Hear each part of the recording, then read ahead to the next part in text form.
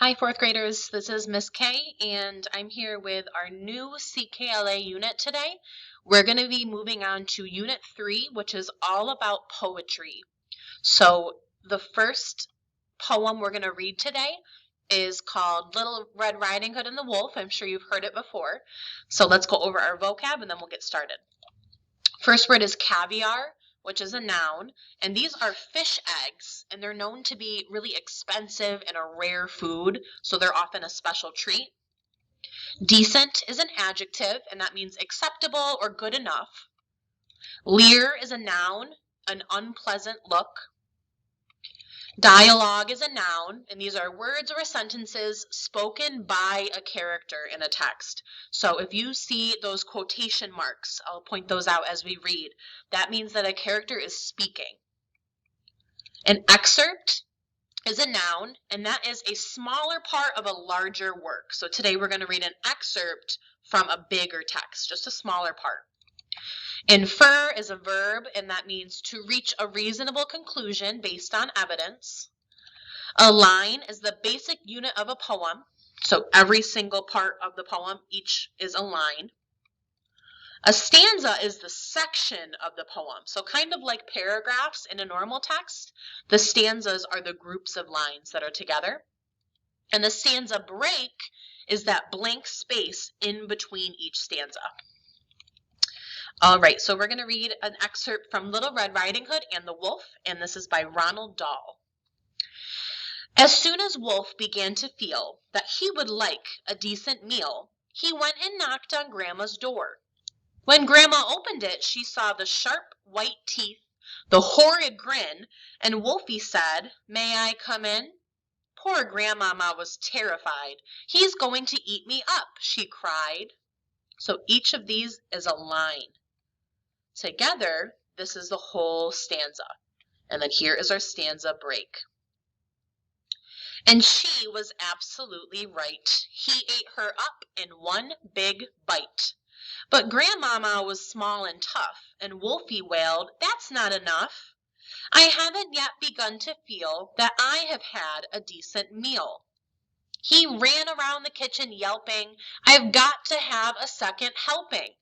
Then added with a frightful leer, "I'm therefore going to wait right here till little Miss Red Riding Hood comes from walking in the wood." He quickly put on Grandma's shoes. Of course he hadn't eaten those.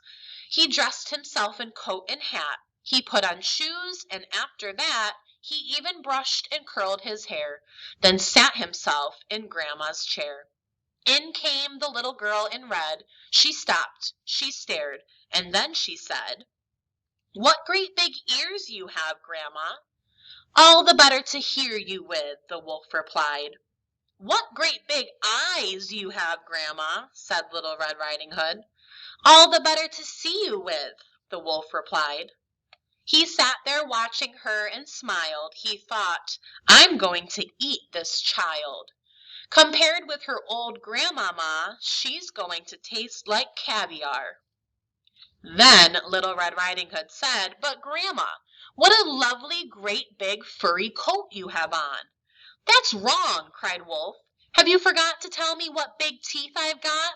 "Ah, well, no matter what you say, I'm going to eat you anyway." A few weeks later in the wood, I came across Miss Riding Hood. But what a change! No cloak of red, no silly hood upon her head. She said, "Hello, and please do note my lovely furry wolf skin coat." All right, so again, this poem, we're looking at a couple different things. We're looking at the lines, so each individual line.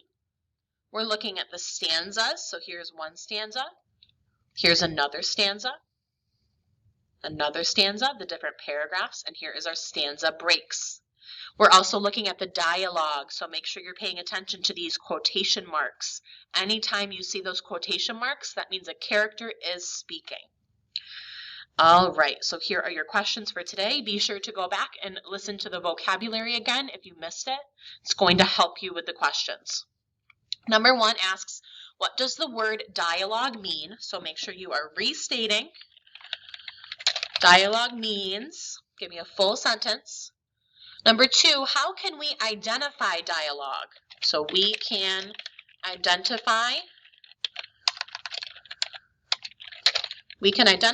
dialogue by, so what do we look for when we're looking for dialogue? Number 3, give me an example of something the wolf spoke. So an example of dialogue spoken by the wolf. So just give me that quote. What did he say? Number 4, same thing, but give a quote spoken by Little Red Riding Hood. For the next couple questions, you're going to use this image here. You're going to tell me which one did Little Red Riding Hood expect to see, the left or the right, first or second. Which image did she actually see? So the first one or the second one.